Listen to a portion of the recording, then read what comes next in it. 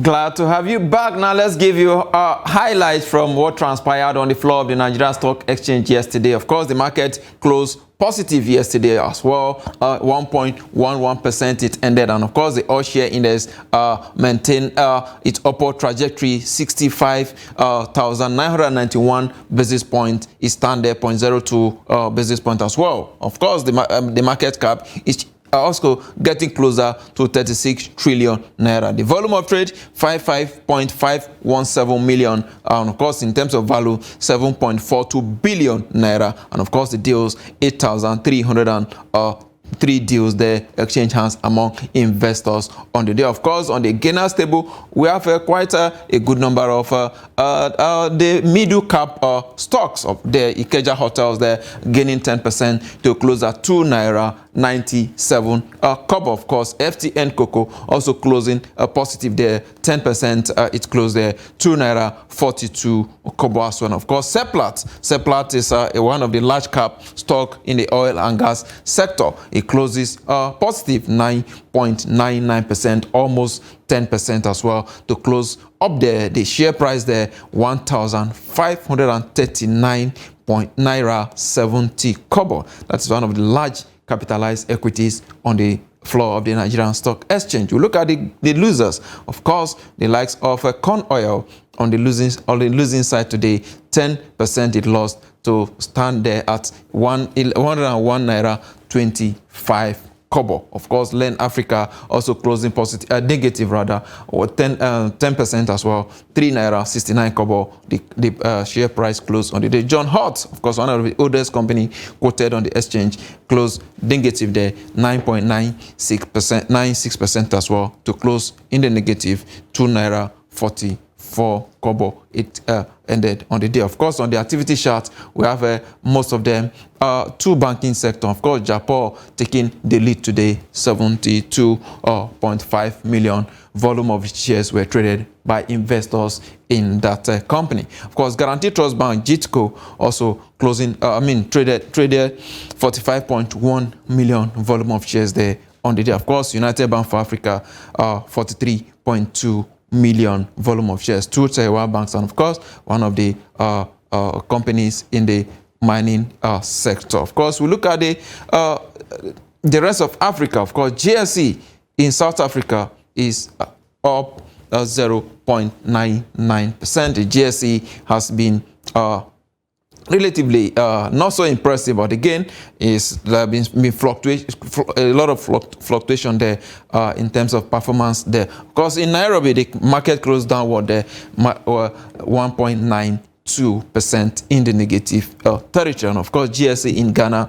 also closing positive there, 1.78% it did on, of course, Tuesday. Of course, today is Wednesday, and as usual, the market is on, and of course, we'll keep it up and give you updates of all that transpired across markets all over the continent. Of course, we pick some selected ones that we can actually bring you up to speed with. But for now, we're going to take a report. Yesterday, the Monetary Policy Committee of the Central Bank of Nigeria met for the first time under the new government, of course, without the suspended governor for the first time in almost nine years thereabout. So we had the acting governor was in charge of that meeting yesterday, and indeed at the end of the meeting, the committee members agreed to raise the rate by 25 basis points to 18.75%, and of course from the 18.50% it were before that meeting. The aim really is to continue to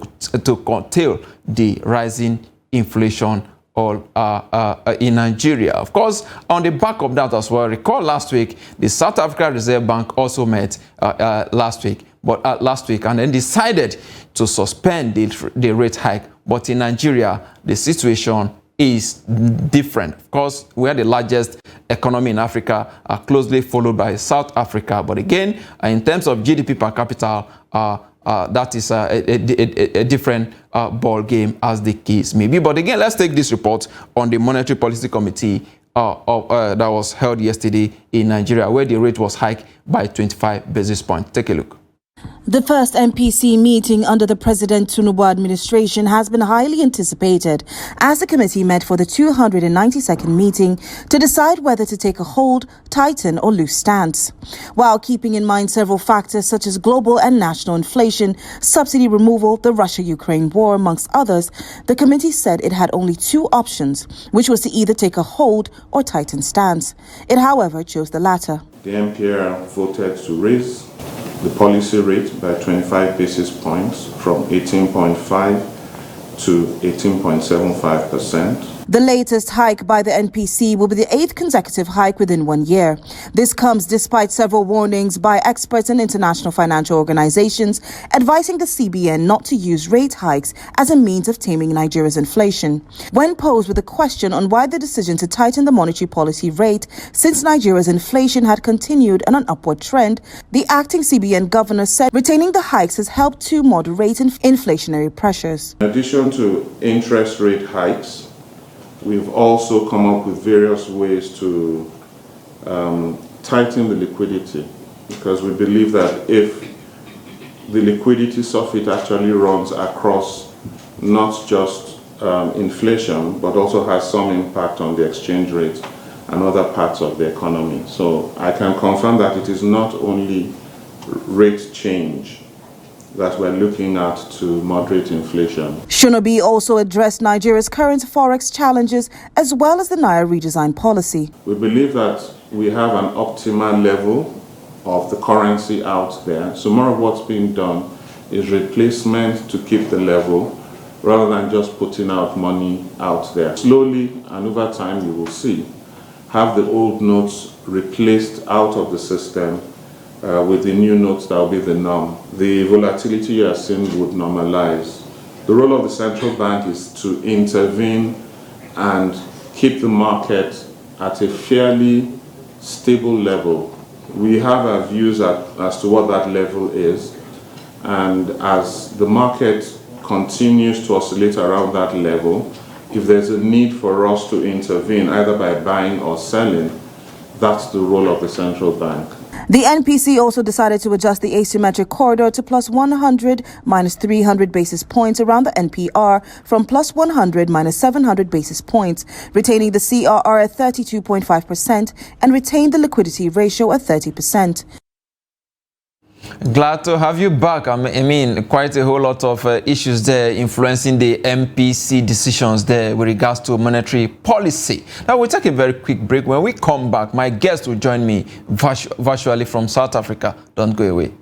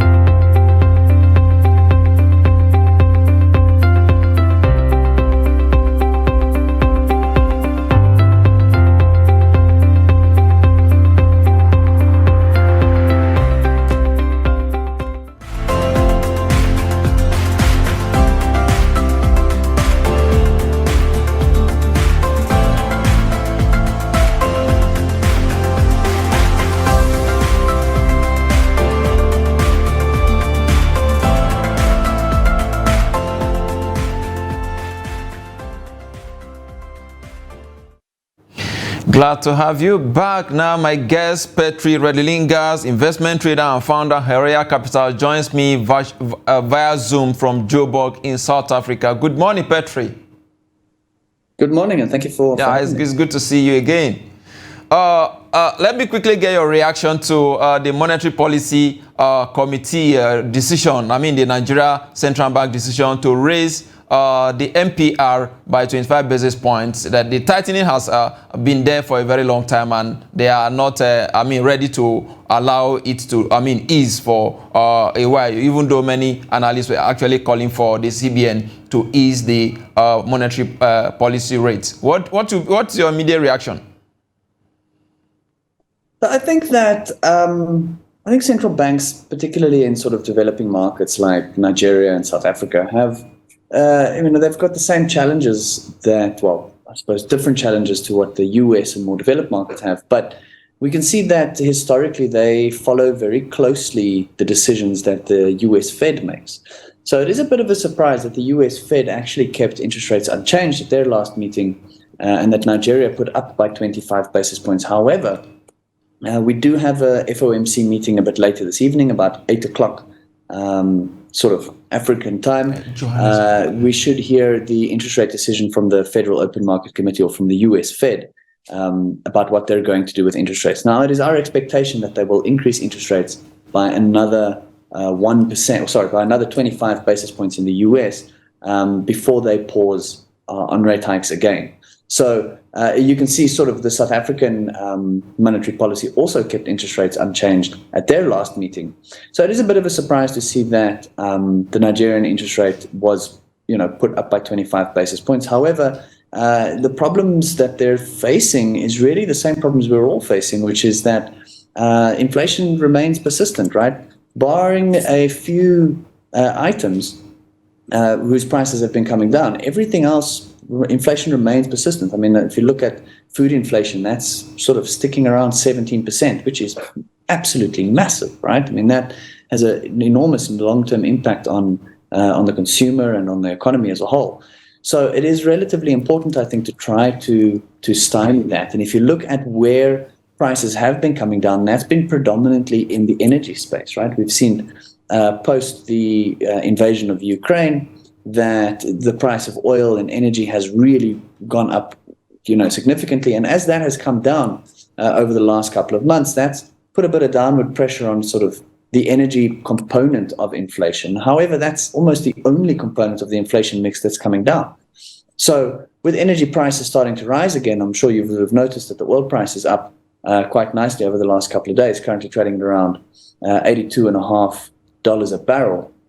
if we see that oil price will make a move back towards $90, even perhaps above $90, that's going to start putting a lot of upward pressure on inflation again. And then in that scenario, Nigeria would have been a little, I suppose, ahead of the curve in the sense that they put up their interest rates, when everybody else held. So I think that is probably the right move for now. I know that it's not much comfort to know that in the short term, life is going to get more difficult for us. But I do think that in the longer term, we are kind of nearing the end of this tightening cycle. And, it does provide great opportunities. For example, investors have the opportunity here to buy higher yielding government bonds, which are very safe investments to make. And also, if you are a property investor, now is a good time to start considering buying properties. And I know it sounds crazy because interest rates are high, but if you're thinking of the long-term mindset, buying properties at the peak of the interest rate cycle is generally a good idea, because as time goes by, interest rates should start coming down again over the next sort of 5 to 10 years, and that will make the installments or the repayments on your property investment considerably cheaper, giving you the ability to either, save some money as time goes by, or to maintain your payments at their original size, if you will, or value, and to pay off that property a lot faster. So for the, I suppose, more informed investor, there are opportunities to be had here with rising interest rates. I don't think that we see rising interest rates persist to the end of the year. I think we are nearing the end of the cycle, but I do think that we're seeing the last few hikes within the next few months. Petri, you did say that we are getting to the close to the end of tightening, but recall what the SARB, the South African Reserve Bank governor, did say last week when the rate hike was suspended. He did say that the future decision will continue to depend on economic data and, of course, risk to inflation outlook. And he did say that tightening is not over yet. What do you make of that decision? Look, I think it's very, I think the most effective tool that central banks have, and, people like Monetary Policy Committee members and so on, the most effective tool they have is words. So they can use interest rates to try to manipulate, monetary policy, which in turn influences, people's behavior. But more importantly, or more effective than that, is the words that they use. So, there was a great book actually written by one of the chairman of the Federal Reserve Bank some time ago, that sort of talks a lot about this, that the central banks essentially have blunt force tools, right? So there's not really much they can do other than adjust interest rates. But what they can do is they can create expectations, or I want to say sort of influence the sentiment of the greater market by choosing the words that they use very carefully. So often they'll wave their flags to continue to say, look, things are tougher, tighten your belts, even though perhaps things are starting to look slightly better, because changing that perception in the market is really the most important thing that they can do to change people's behavior. So I think that as much as we have this warning that yes, interest rate hikes will be data-led, I think that the data that we're seeing is starting to deteriorate. Yes, inflation is still persistent, but other economic indicators, particularly coming from the developed world, is starting to look really, really dire, and really starting to look as if, a global recession is almost unavoidable at this stage. And if we do enter into a recessionary phase in global markets, then we're going to have to stimulate the economy in some way in order to avoid, further pain. Now, this is very controversial thing to say, I guess, when stock markets are up and the US market is looking to trade almost, 250 points away from all-time highs. So it's almost, back at the highs and ready to push higher. But the on-the-ground economic conditions are still looking, very tight. So I think that, the way that central banks communicate to the market is very, very important, because that's almost the most effective tool that they have. So the longer they tell us, be warned, things are tighter, be warned, things are tighter, the more they're changing our behavior. And that's a more effective tool, I think, than trying to manipulate interest rate prices. Petri, you talk about some of the reasons that they are giving. In the case of Nigeria, of course, for some times now, we have been on the tightening side, of course, similar to South Africa, which has actually, increased the rate for 10 straight times. But they are saying that the aim really is to tame rising inflation. Has that aim been achieved, Petri? To an extent, yes. As I mentioned, that there are signs that it has been working. A lot of the taming has been happening due to lower, energy prices.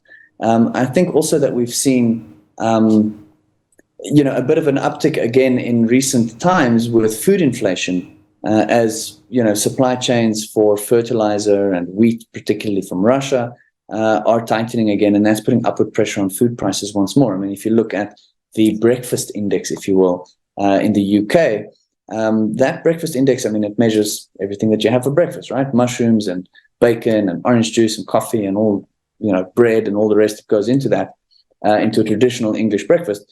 That's up to £35 a breakfast at this point, which is enormously expensive, right? So that food staples has been persistently high, where we're running inflation of close to 17 to 20% in most places. So I think that is still a bit of a challenge for us, and that's going to continue to be a challenge for everybody, right? I think that and that's largely due to the conflict happening in the Ukraine, because we're not getting as much fertilizer out of Russia as what we used to, and they make something like 80% of the world's fertilizer. So that's important because obviously, food production is very dependent on fertilizer. So I do think that, from a data-led perspective, it's obviously the way to go, right? We have to respond to what the market's doing. It's a very delicate balancing act between raising interest rates and slowing the economy too much, particularly during challenging times. However, I do think that the dark clouds on the horizon for the economy on a global level are a bit darker than what the interest rates hikes take into account at this stage. So I do think that we probably start seeing an easing of interest rates in the second half of the year. Now, I know that's a very pessimistic outlook to say that, look, harder times are coming.